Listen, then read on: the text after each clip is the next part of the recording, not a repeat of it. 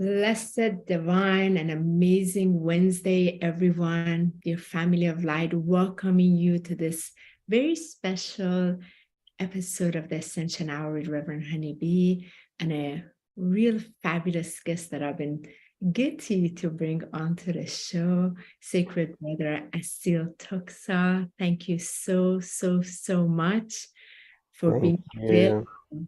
Yes, and coming on today with your gracious presence, as I wanted to really have you on to share some of your wonderful wisdom, particularly because we're both kind of from that region of the world, of that Middle Eastern area, that portal that we incarnated into. And I'm so thankful you accepted my invitation to share your wisdom and those golden nuggets for the audience. So welcome, welcome, welcome. Thank you. Thank you for having me. It's interesting. When we were on this panel together, you were like the first person I was kind of like locked in. And I'm like, oh, this is interesting. Like there is definitely some sort of frequency match here. Absolutely. We need to talk. And then the moment I thought that, you wrote me. Yeah, exactly. I saw you right. I was like, oh my God, my Atlantean brother. I was like, him and Michael were brothers. Like, I gotta bring her up right away. I just knew the three of us, like, we've known each other so many lifetimes. Like it's just so easy when it comes online. So, and I'm very excited. And you're the first individual that's coming on the show. Out of everyone that I have on the show, I actually know them. I've had interaction with them. I've had communication with them, met them physically. So you're the first one that, other than the panel, the speaker panel that we were on with Vishela, this You is know nothing about me. But I feel I already know you everything. I know already so much. So this is going to be fun. So let's sit back as we always start this show. Let's bring this gracious eternal presence into our sacred space. So the words of that divine wisdom comes through very clearly for all of us today. All right. As always, everyone, just please close your eyes and uncross your legs. Place your wonderful hands on your heart. And I'm going to welcome you to close this physical eyes and drop into the eyes of your heart.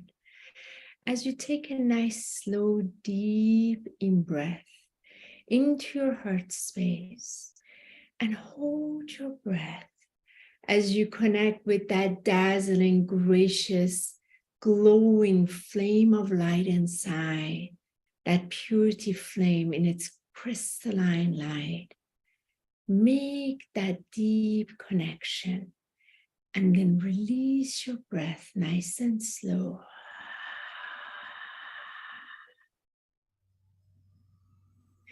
On your next in-breath, draw the breath even slower, even deeper, all the way to the center of your crystalline diamond golden heart.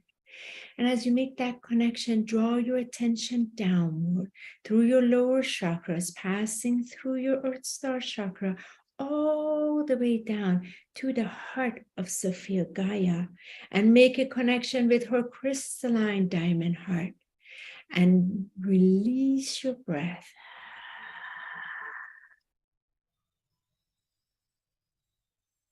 And on your next deep, slow in-breath, draw the breath from this horizontal plane all the way to the center of your crystalline diamond crested heart.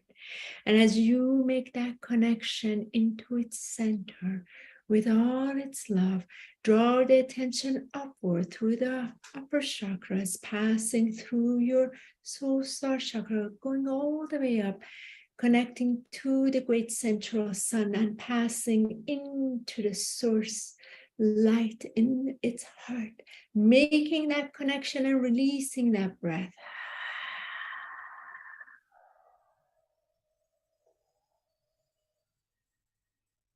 And your next in-breath, draw the breath one more time from this horizontal plane all the way to the center of your heart. In its crystalline diamond heart, as you make that connection and you connect it into vertical axis through the source light and all the way to the heart of Sophia Gaia, as you centralize in this sphere of light inside, I want you to breathe out in its freedom, in your sphere of light, releasing the breath all the way out so that you are completely enclosed in this dazzling sphere of bubble of golden pure white light.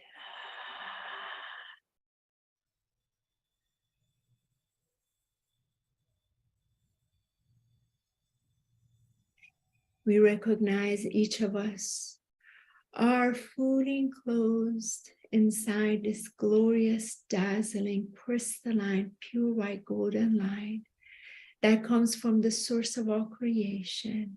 Anything less than this divine perfection may not interact in any which way. All that is shared today comes from the wisdom of the Holy One, from the heart of the Almighty gracious light. And anything that is less than this is also pardoned into the light. As we welcome the words of wisdom to be passed on through the ascension walk that the sacred being Asil has taken, to lift our hearts today and give us the opportunity to also remember another part of our own divinity today. And let it be, and so it is as we begin. Welcome, dearest Asil, to the show. Thank you so much for being present today with your mighty I Am presence. So, welcome. Thank you. Yeah. So the Ascension Walk.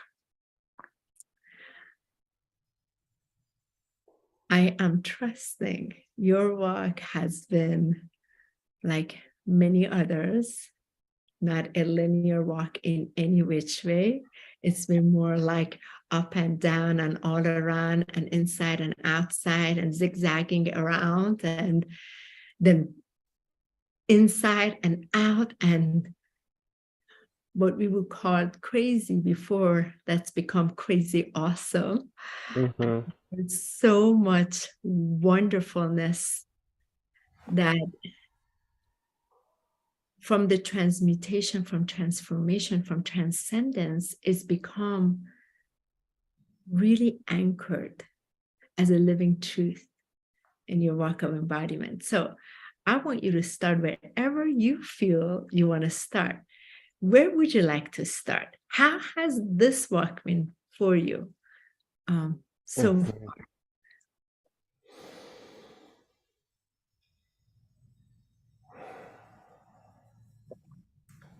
It's been a great walk. It's been a great walk. And where would I like to start?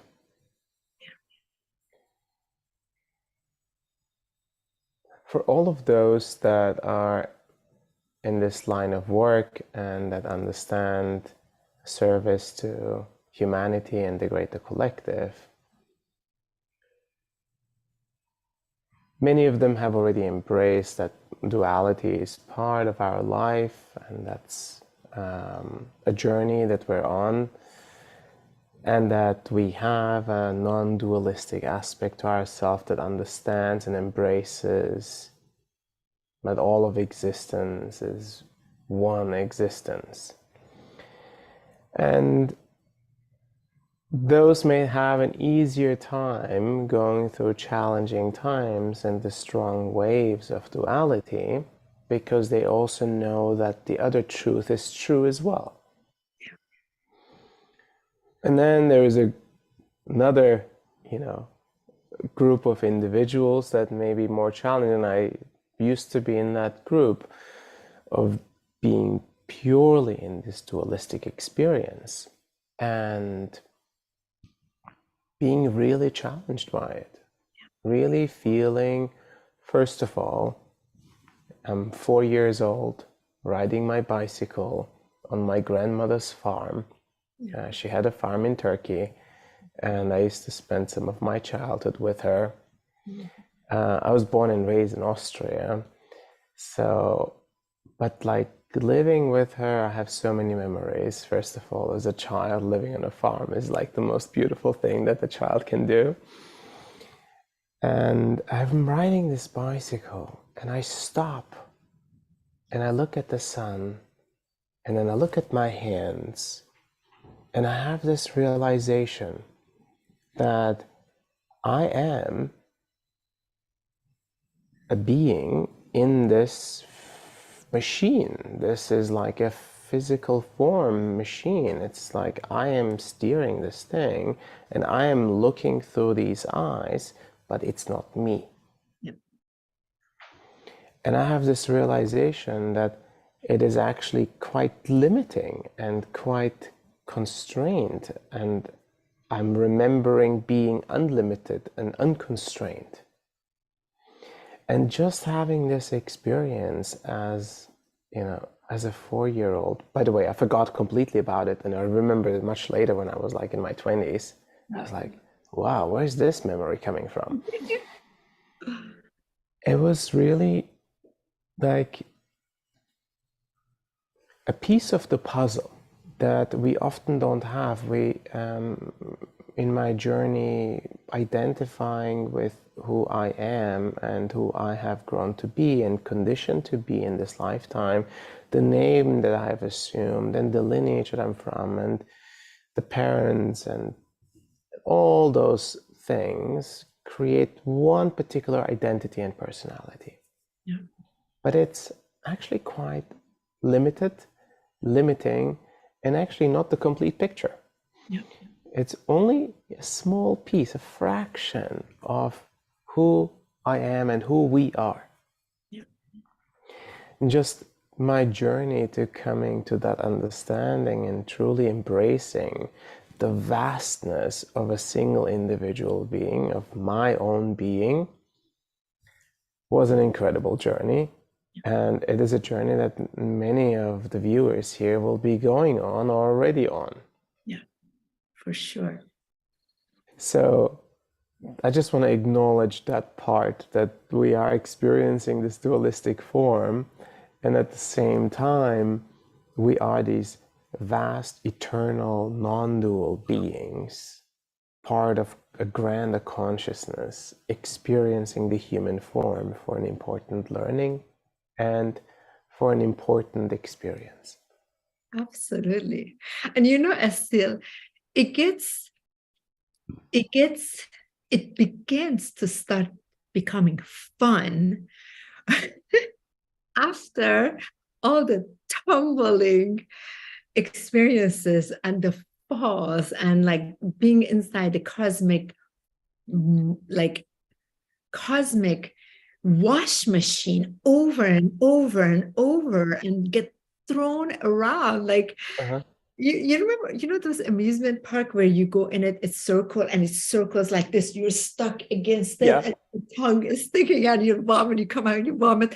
I mean, the journey of remembering has been no joke. So I want to know, was yours a smooth ride? Because for just about everybody I've had on the show, none of us can say that was a smooth ride. We're very grateful, we're thankful, because it seems like we're kind of like we've not past the stage where we can actually be grateful because we're outside of it.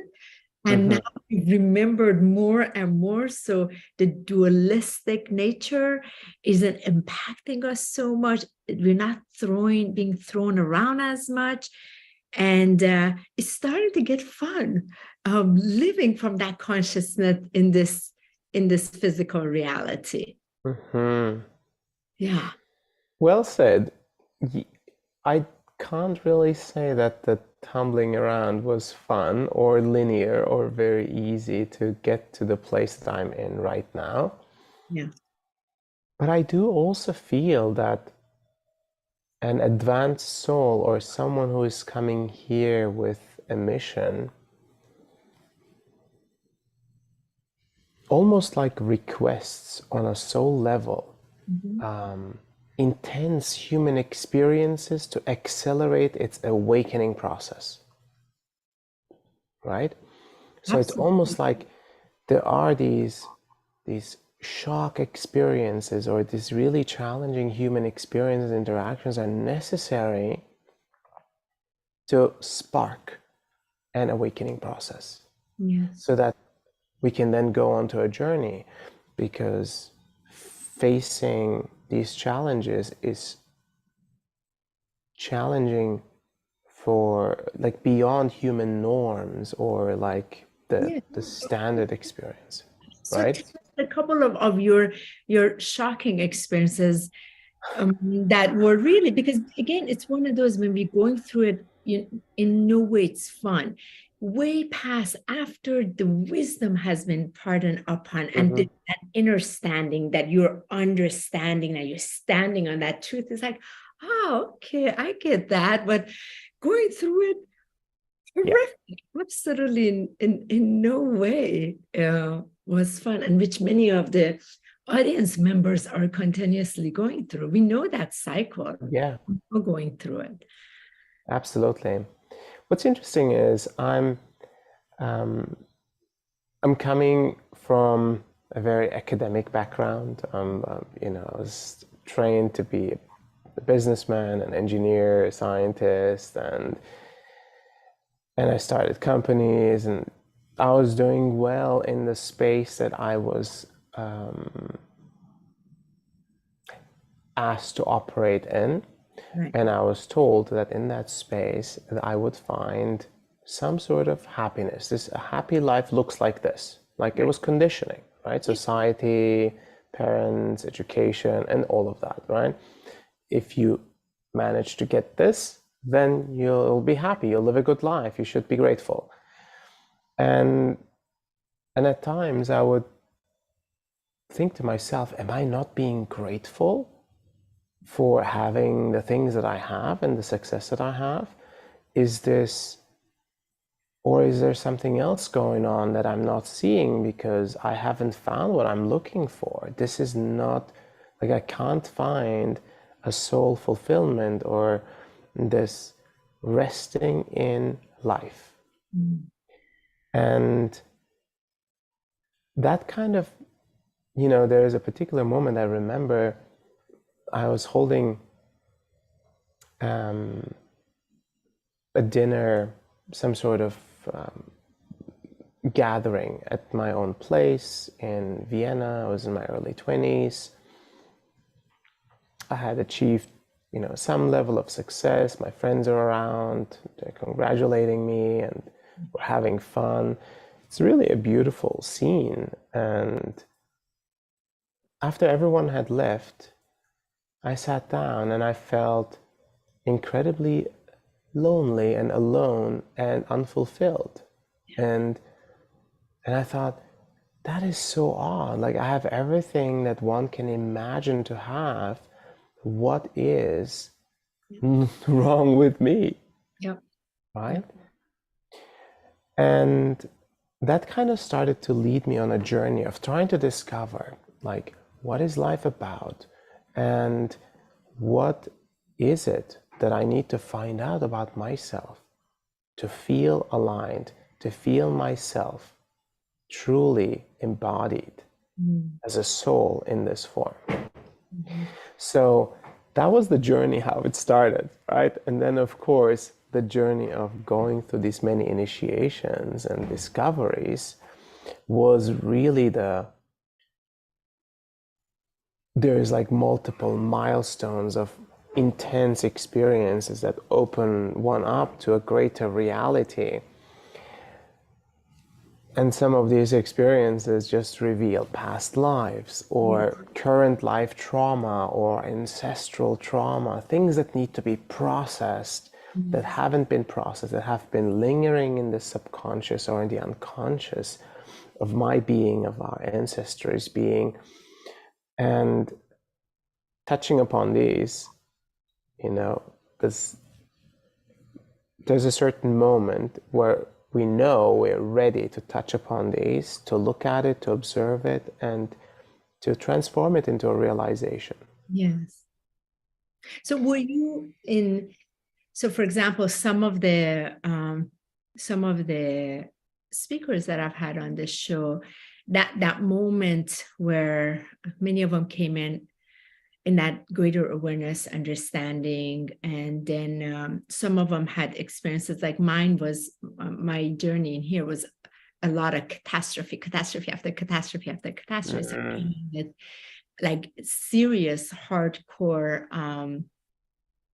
experiences. Like for example, you know, when I was 7 was a lot. 7, the big one was when I was in the midst of a fatal car crash, when I was trapped in the car. And which 30 years later led to my book, The Day I Became a Superhero.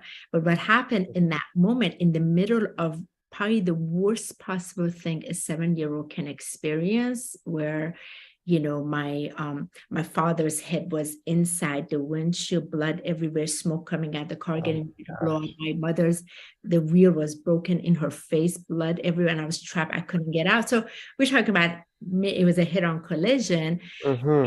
Right in that second, what happened in that spark, Asil, was I experienced my first leaving my body, coming out of my body, going out of the car, experiencing the truth of who I really was. That was not in that form. I got to experience like the full download of being a multidimensional being with extreme abilities and capabilities, which in that moment, I was able to what we've seen in movies like Transformer. You know, I became a transformer. I became something else, but that little body was there. But I was able to, from that, I remember I see my hands, but they weren't the little hands. They were ginormous hands, and I was able to do what we would consider not humanly possible at that age, lifting things, lifting my father with one hand, and like crazy stuff. But my start was so traumatic, but started from 3 months of traumatic. And I recognize many of us that have gone through it was that trauma initiated that like starburst for these to come in. Was yours subtle, or did you have like this clashing of kind of like colliding stars within you, like boom, to spark it coming out? Because it can be, it's the trauma, then it takes a while to go through the trauma of it. And many of my audience have gone through that, like the battles of those, you know? So I'm curious about yours. Some of my battles were, you know, pretty much as I was born. Yeah. You know, by the time I was a month old, 2 months old, I had lost half of the weight that I was born with. Like there was a sickness that prevented me from taking in nutrition, and the doctors had given me like days to live. And I remember that time I actually went back in regressions and experienced what it was like lying as a newborn among all the other babies that are also crying, and just thinking like, I'm left here to die. And no one's going to save me. Like this is it. Like the simplest thoughts about, you know, death and life, and just like being in that dualistic experience, like literally thrown into the human form and having a death experience. And so I think that in itself was like a really strong piece that embedded itself in my consciousness. And I had another. Wait a second. I have a question. Was that your first exiting strategy? Because, like, for example, I've had many exiting strategies in this lifetime. My first one was 3 months old, but I'm wondering, was that chosen by you to like, oh no, this condition is not right. I want to leave as soon as possible. Was that your first exiting strategy? And then that's an interesting way to look at it. I would say that, you know, looking into it with more depth, that there are forces at play that support us and forces at play that are equally powerful. And in some ways, my assessment was there were forces at play that did not want me to be acting in this life and operating and delivering the work that I needed to do. Yeah. Now, I'm not one that goes into like these massive dualistic, fear-mongering, perspectives, but I truly believe that, creative and destructive forces are equally powerful and they're consistently existent.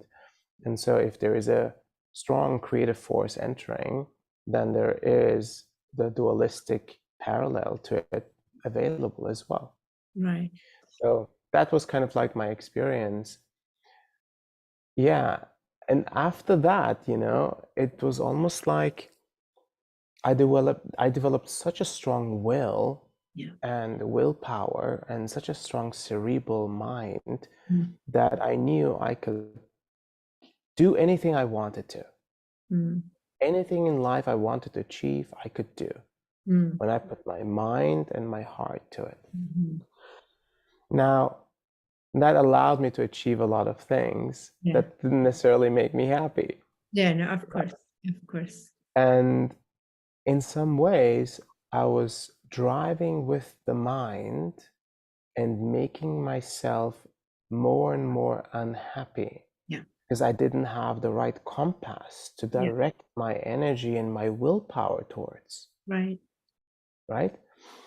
So I ended up at a place where I couldn't go any further. Yeah. I had exhausted all my willpower. My body was giving up and I was starting to become sick. I had pushed as far as I could in one direction that wasn't working for me. But all the other directions didn't seem conceivable. Right. So that was the moment where I had to have a conversation with myself, with all my employees, my co-workers, my parents, and basically tell them, guys, I'm exiting this path that I've created for myself. And I used to run advertising agencies, marketing agencies in different places, working with like big corporations and so on. I said, it's just not working for me. It doesn't matter how successful I am in it or how happy people are or how, the team needs me and so on. Like none of this matters. Was that about 2012, right? Right before 2012 you went through that, or a bit earlier than that? That's where it started. Yeah, of course. That's where it started.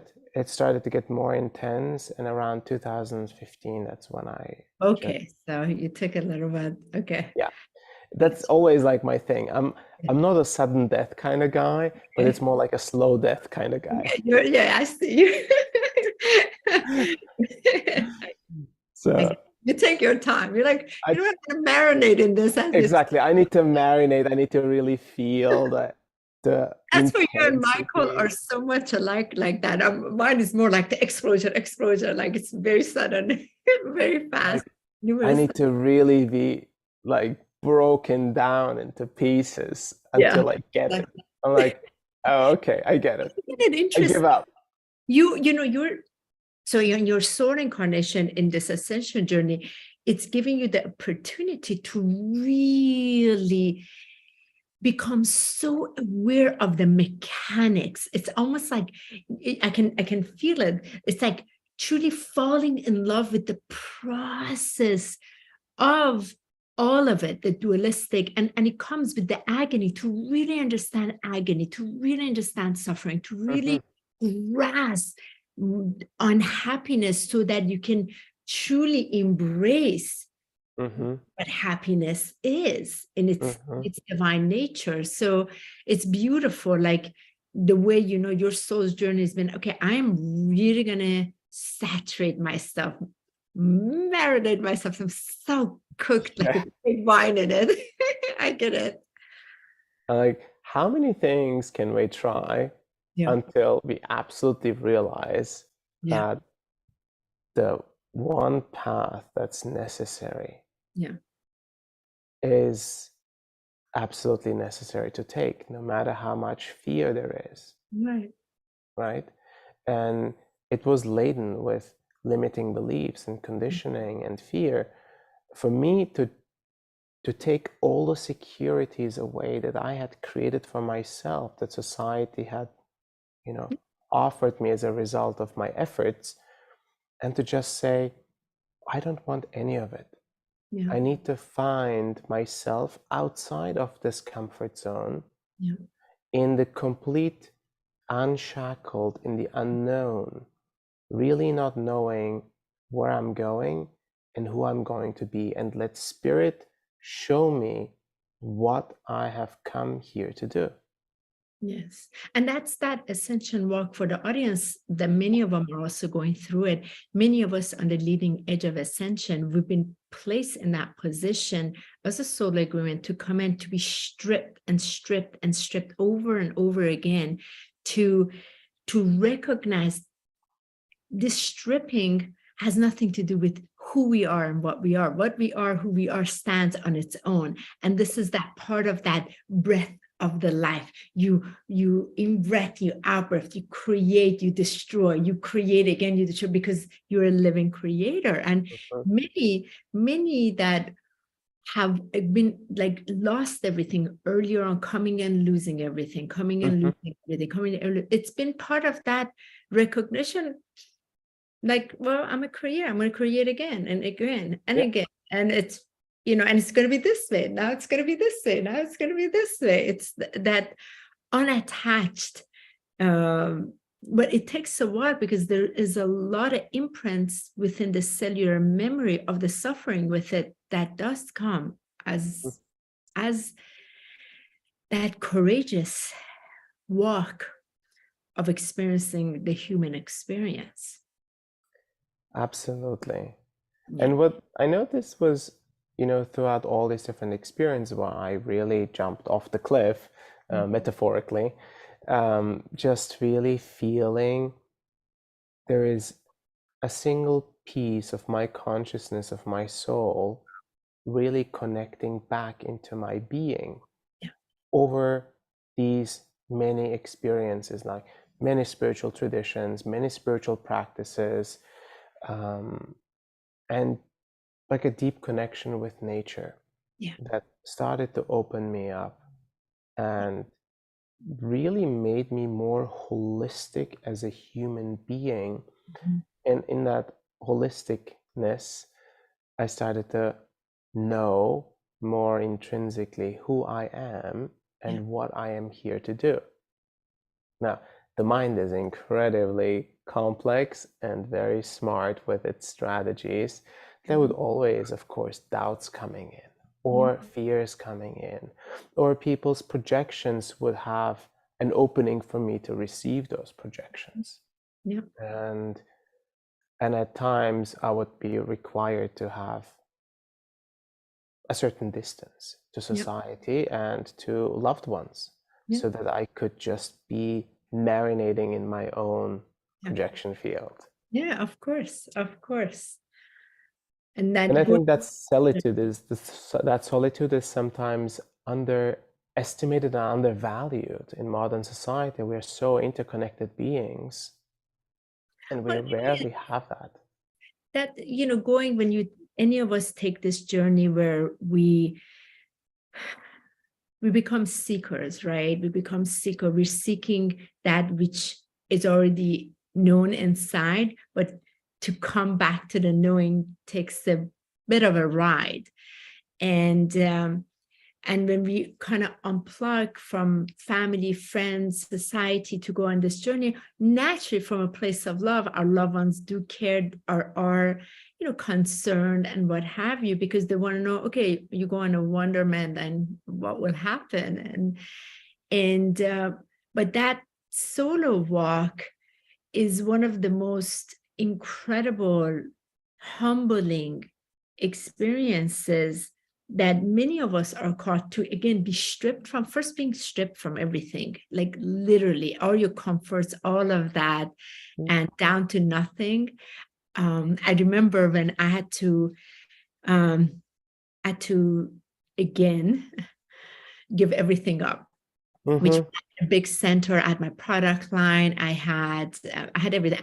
I had the life that everybody wanted with the husband, my children, my white picket fence, and, all of that wonderful, and truly of service with everything that I was offering at that time. But that whole inside of my heart was not being fulfilled. But because of an illness, I did die on January 8th, 2012. I had the privilege of actually crossing over and experiencing life after death and having the full remembrance with everything that was shared before they sent me back to as a messenger of light to deliver this call. And within that, everything had to go, Asil. I mean, everything again. So house, husband, even I feel the most difficult thing I've ever experienced was for me personally was separating from my children for a while. And I had to be on a suitcase and a half for 5 years on the road on a planetary call, different places, can't talk to anybody, can't explain what's happening, can't tell anybody anything because I can't even, how do I translate what I'm explaining? Nobody can even understand. My whole family thinks I've gone mad, just crazy. But yet there are few other people that was happening. So, and that being in that space where you are giving everything up. And I asked my team, I said, why to this level? Why it has to be stripped at this level? I'm kind of like angry about it. And they said, because we want you to remember you have everything. You thought you had everything. Now we want you to really remember you have everything. And that was very humbling, down to like $200 in my bank account. Like it was really rough, but it was that place where you become so fulfilled and fueled with the oneness that has provided you truly everything, not just this lifetime, lifetimes. And here it is. It wants you to rely on this. And what a muscle that is to live from. And just so that others that are put in that position can also trust it. It's a whole different ballgame. Yeah. It's like the discovery of who we are in the moment and how we're provided for with everything that we need in this very moment. And that all other aspects of desires and wants and fears and projections and attachments are pretty much mere illusions. Yeah.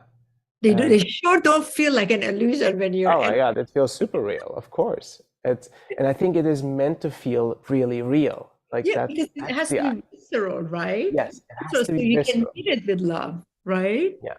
If you could see beyond the illusion easily, then the human experience wouldn't have as much impact. So, whatever this creation, when it was made, they said, we have to make this as real as possible. It has to feel super real. And only someone who's really going through this, an intense awakening process can actually start to see beyond the illusion. But hold on, let me just 1 second. This is for the audience as well. I said, we do talk about, we're making fun of it a little bit because we know it's very real, but isn't it, do you also feel it is designed to be so real just so you can have compassion for the gift of the human experience? That's what I feel really downloaded upon me. Wow, like I'm really compassionate about, wow, this human experience is truly something magnificent. Like we really haven't appreciated enough about what it's like to be in a human form, because there's not much, I don't want to say this, like when we are non-physical form, there's a lot more freeloading space. It's kind of like, I don't know, easier, I would have to say. I mean, I got to experience it on the other side. It wasn't like, it was pretty chill and fantastic, but this is some serious mastery level. That's why they come in to become ascended masters of this life, right? Like, it's amazing. Yeah, it's every time I go into these deep spaces with the guides, I'm being reminded of the beauty and the gift of life. Yeah. And despite all the challenges and, you know, the dualities, the polarities, there is this human experience in its vastness of emotions, the spectrum of relationships, the potential of learning, experiencing, and self-realization. It's just such a miraculous and beautiful experience.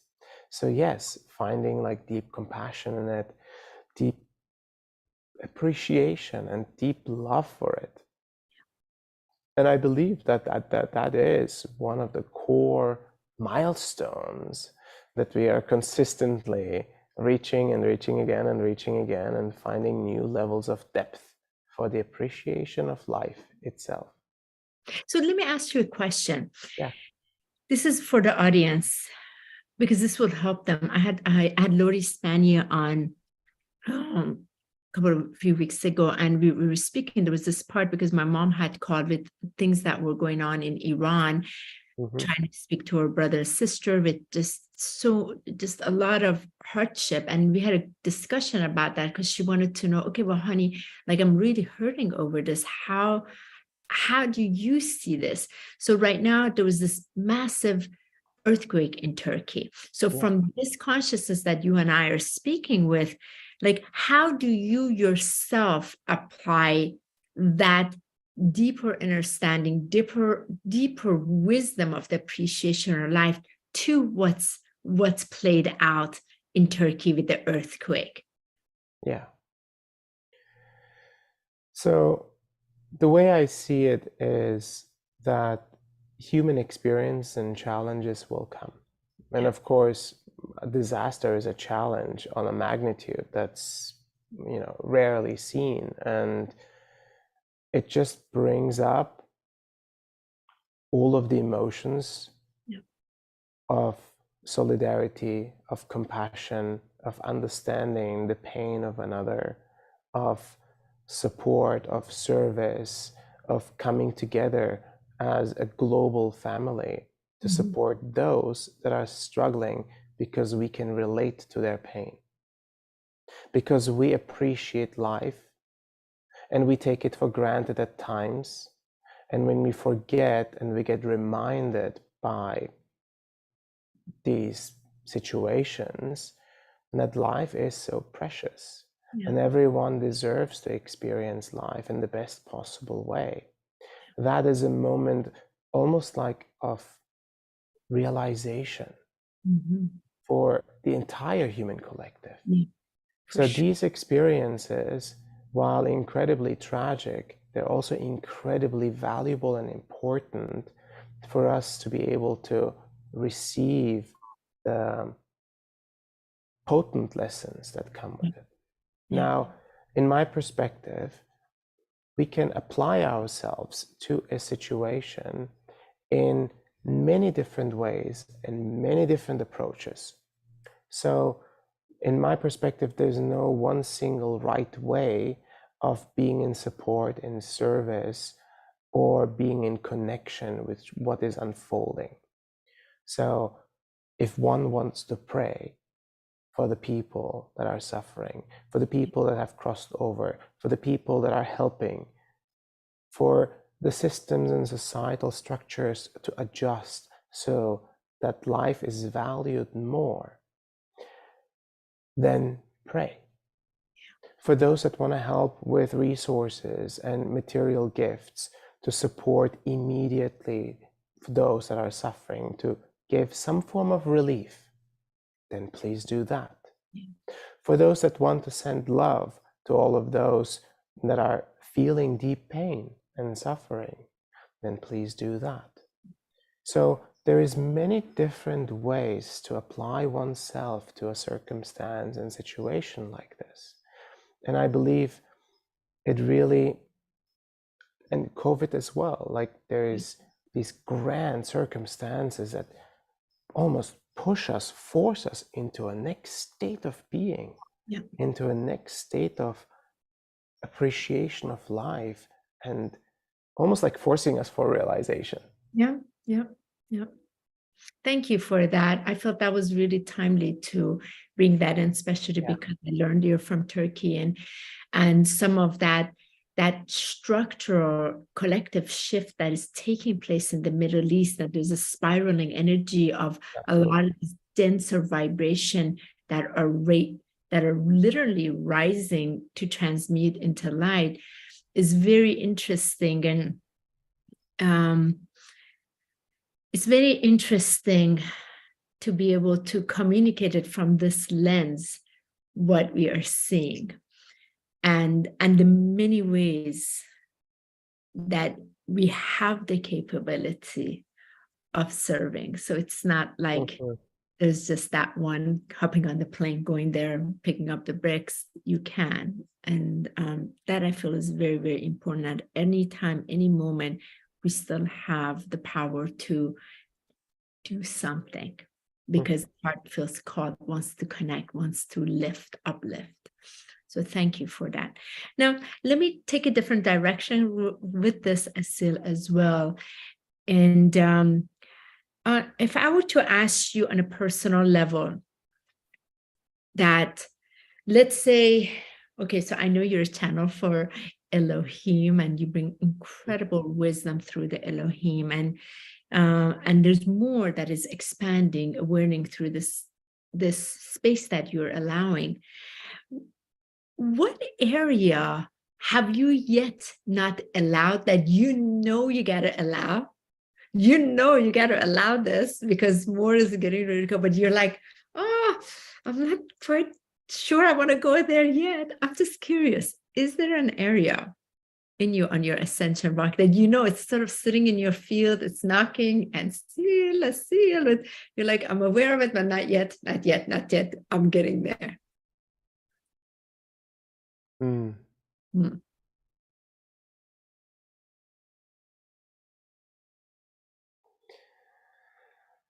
I think if I were to feel into it, in generally, I open the doors when they're being knocked on. Look at you. That's great. I do, and it goes back to the famous Rumi saying that, whoever comes, even if it's your enemy, you open the door and treat them like guests. So in that sense, I think the fears that may still be part of my journey of exploration, like I've faced those fears multiple times, but I think there is a deepening as well within them, is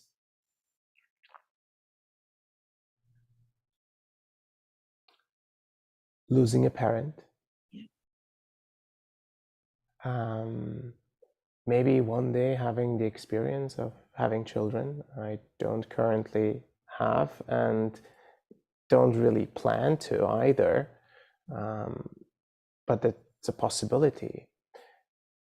And having that sense and that feeling of losing the life that we supported to bring into this life, like a great sense of, maybe the greatest sense of loss beyond even one's own life, right? I know that parents care more about their children than about their own life, right? That's truth. There's a certain deep bond. And maybe another one is in these deep processes that I'm going through in the expansion of my consciousness. I'm always very powerfully held, and I trust, and I'm really always taken care of. But at the same time, the sense of losing my mind, the sense of losing a construct of reality that I can hold, the mind can hold on to, I won't say I, because I'll say the mind can hold on to, Yeah. in order to feel something that can help, navigate to this reality. And I've been in moments and experiences where I thought, okay, this is it. Like, I have lost my mind. I'm lost in the ether. I'm lost in the spiritual realms. I will never make it back into this form and be able to operate it in a way that people can relate to me. Yeah. And that's, at times, it's a terrifying experience. Yeah. There's a moment of like reckoning with that, right? So there is always like frontiers, I believe, in our own experiences of deeply embedded fears. Well, thank you, Rudy, for addressing that, because sometimes I ask some of the audience, there are areas, for example, that we feel in our ascension journey, we have a little bit of like, I got this one, I got this one down, I got this one down. And then within the field, it's like, okay, all right, let me breathe deeper. That one's coming. It's going to be interesting because and there's no, it's the evolution of it. There's no stopping what is coming, and gotta get the stuff ready for it. And I appreciate your answer so much. There was a period in 2018. My vessel is a transmedium, transchanneler, but not for one specific message. So it's multiple that can come in. So for a period of, in 2018, I was in various different countries where the different masters were coming in and bringing the messages. So we have a chance, we're almost wrapping up our book, Channeling with the Masters, the amount that was coming. And I still, there were a couple of moments, I have to say, very much like that. It was, the way, and I'm a fully incorporated transmedium, so I have zero memory of what takes, but my body actually takes form into that being that comes in and speaks. The voice completely change all of that. We always have recording, and Michael has to help me just come back to my body, because it goes, like you say, it goes so far out. I only see things, this consciousness see things imagery on the side, but the voice has spoken. There has been a few times that it is so far out to the frequency, and I remember being in an orb here watching, like, I don't know how this orb is going to come back into this vessel, because for that period, like, the frequency was so far in separation from the earthly body, and its liquid light being able to merge back in. And that was quite what, although I must say, that concern was there, but I was like, yes, I returned back to what I experienced when I did cross over. So it was like such a joy, giddiness over that.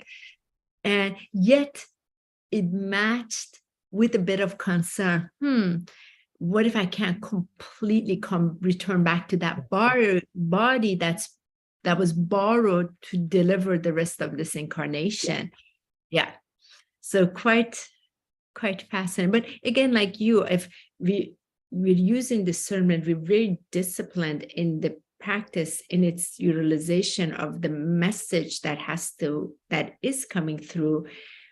All of that would also be taken care of continuously. There will be never any harm to this sacred temple, because it is done through the power of love. It's not going to go against that to harm it in any way, unless we force it and cause it harm our own selves because of being too eager and, kind of like trying to rush it or achieve something that the mind is very inquisitive in wanting to achieve, discover. Thank you for that share. And tell me this, in terms of your own walk of ascension in this now, in this moment where you are.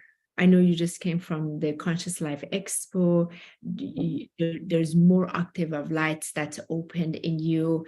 And whenever there's that frequency that you reunited with so many, it's brought up to another few different octaves through its frequency and sounds. And what is sitting in your field that you can tell this is what's getting ready to come in my new now? Okay, there's obviously many layers for this, right? There's like my personal development and my development as a vessel and as a messenger, as an instrument of the divine. And then there's, of course, like what I see for humanity and what is required to happen on a grander scale.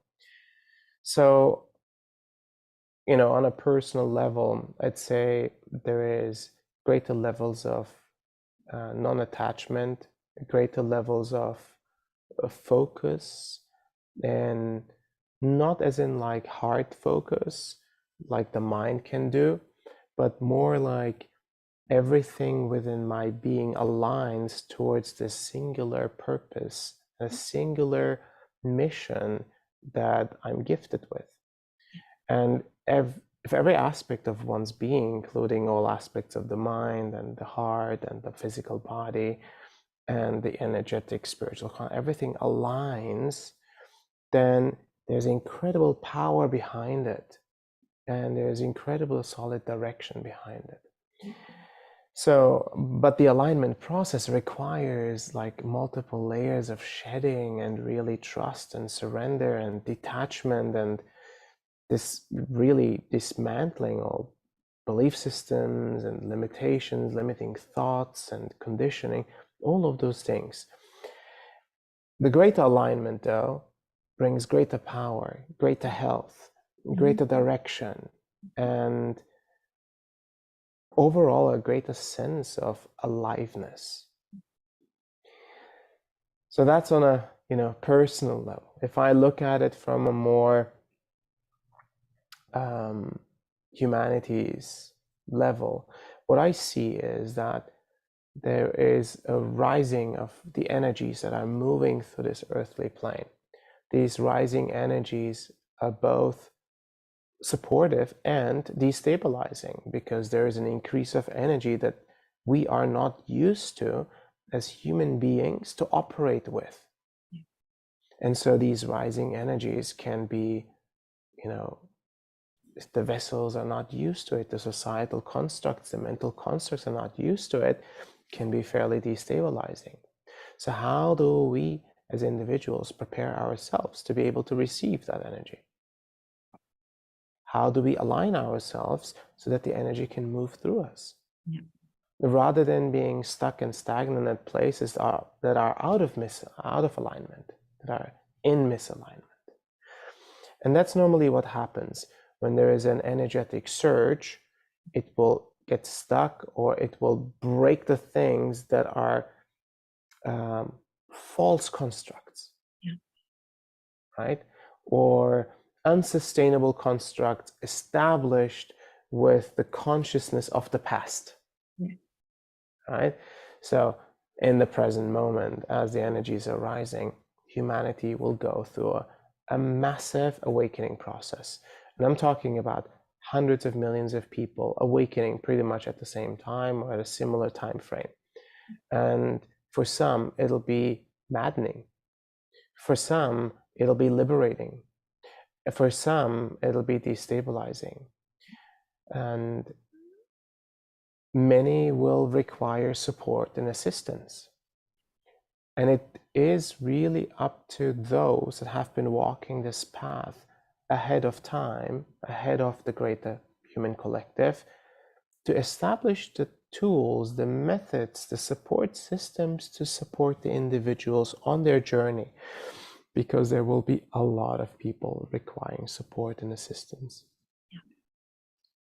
So that's what I see unfolding, and this is kind of like the journey that's I feel like ahead of us. And I don't see it as like, gloom and doom. I see it more like as this is just what it is. Like the energies are rising. How are we going to take it? How are we going to receive it? And how are we going to adjust and adapt to it? Thank you so much for sharing that lens, which does correspond to many of the speakers. We're all saying the same thing, because it is that embodiment is coming into it. First, we're going through it so that we can align in that dazzling plasma light, like truly anchored with that divine presence as the primary walk, so that we can be the beholders in form for these that are now getting ready to come. But we are not wobbly anymore. And this has been this fantastic last 10 years of giving us the opportunity to wobble, so that we can resurrect properly into that streaming light. And I really loved what you shared, and I resonate so much deeply in my heart with that. And it seemed that the last 2 years played a huge part with all of us being shifted around, moved around different places. So we're positioned where we're supposed to be in this next phase coming up, so that we can be the beholders as the lighthouse, as this natural evolution. Not really evolution, but we call it, for the lack of better word, is getting ready to take place. So thank you so much for that.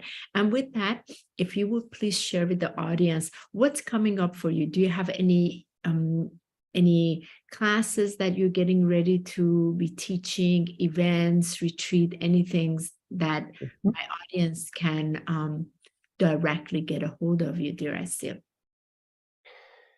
So over the next weeks, we will be basically running free events every day. Every week. Every day would be a little too much. Every week, live sessions where we go into the fundamental principles of spiritual development. Things that we really believe are necessary for everyone to touch upon and even master if they can. Like it's really a beneficial aspect. And these are not highly complicated, but some of the simpler teachings are the most difficult to master. Excellent.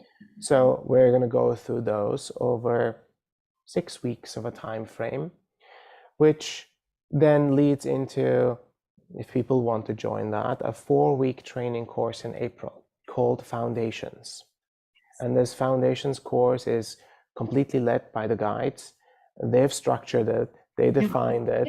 They even select the people that can actually go through the course, because we have a pre-enrollment, and then they go through an approval process, and they say, you're ready to go through this, you're working on something else, like come back again later, and so on. So there is like a process of selection that happens.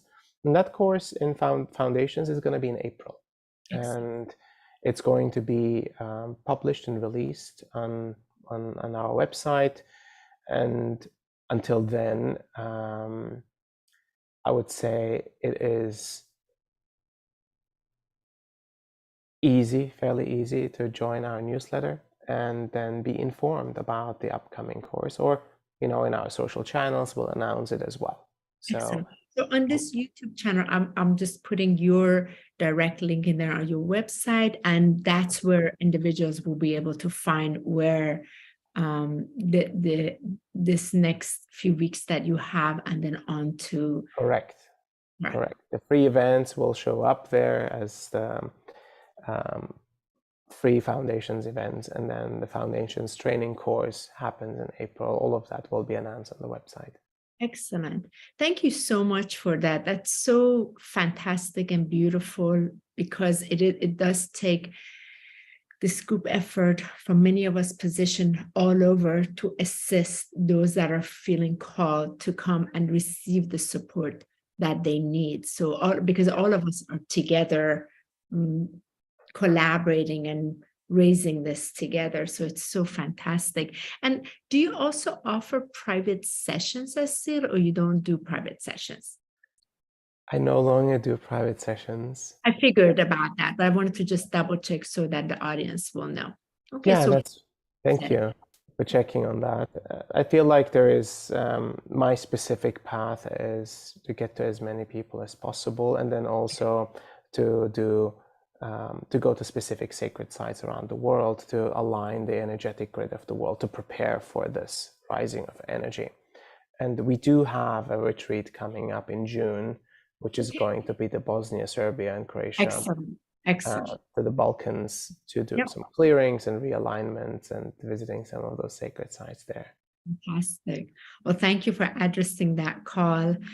It's so wonderful. It's so beautiful to see like the different groups, different times they came to lay the foundations, each doing their part. And then the overlapping through this unity Christ consciousness, the grid that is expanding even greater for the new humanity. It's the temple is glorious. I get so giddy whenever I see the vision of it. It's so spectacular. And thank you so much. I'm so thankful for your time today, dear Asil. Thank you so much to you and the team that were present today with bringing just your own personal journey here, and for the audience to learn about it and find the courage within themselves as well. You shared some fantastic, marvelous reminders for the audience, and for that, I'm very, very thankful to you. Thank you very much. And thank you for your divine service in the world to bring all of us together. Of course. And as always, my beautiful, amazing, wonderful family of light, thank you so much for being present. Thank you for just allowing your heart to be open to receive. Again, anything that resonates with you, take it in your heart. Anything that doesn't, toss it out. Nobody's here to force anything. We're just here to really share our heart wisdom together and assist in humanity's vibration in its amazing, dazzling light, and anchored to this new template that we all came to incarnate, to bring through together as one. And if anything that Asil shared on today's video really touched you, feel others would benefit, or what's coming up, please reshare the video. It's going to be available in just a minute as soon as we finish, and I have his link also available on there, because sharing is the biggest part of ascension in this walk of life. We're designed to share and share the hearts. That's how we really weave this network of light together. It is a heart network, and it is throughout the whole planet. And how wonderful these devices exist, so we can tap in and bring us all together with our hearts. So much love, everyone. Thank you so much for being you. And thank you, Asil, again. And have a beautiful, blessed day. Next week, we do not have Ascension Hour because it's my anniversary on 2/22. Congratulations. So thank you. We're going to be playing next week. And then we'll start back in March. Thank you so much, everyone. Have a beautiful, blessed day.